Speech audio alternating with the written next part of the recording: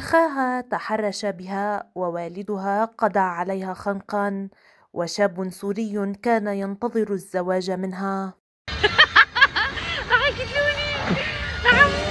آخر ظهور للبلوجر العراقية طيبة العلي التي ناشدت عبر حسابها على انستغرام السلطات الأمنية لحمايتها قبل وفاتها، وتسريب صوتي بينها وبين والدها الذي قضى عليها خنقا أثناء نومها بحجة الشرف.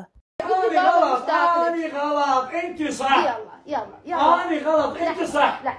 لحظة أنت صح. هاي أمي قاعدة تخابر قدام أمي، يا يوم خابرتني قلت لي بابا طيبة مشتاق لك، لا ما تخابرني لو على مشروع لو على مود رجعة لو على مود شغلة، قول لي هذا اليوم يا طيبة أنا رجعت من الشغل مفكر بيك وخابرتك قلت لك بابا أنا مشتاق لك، قلت خابرتك قبل لا أنام، قول لي يا يوم، قول لي يا يوم قلت لي طيوبة، يا يوم قلت لي معلاوي نفس ما كنت تقول لي قبل لا يكبر ابنك، يا يوم بس قول لي اعطيني هذا اليوم، اعطيني هذا اليوم. انا غلط وانت صح حبيبتي. بابا انت ليش ما عندك هاي الحكايه؟ انا غلط، لا شو اسوي لك؟ لان انت انت غلط الساعه اللي قاعد ابنك فيها وياك تصممين علي. انا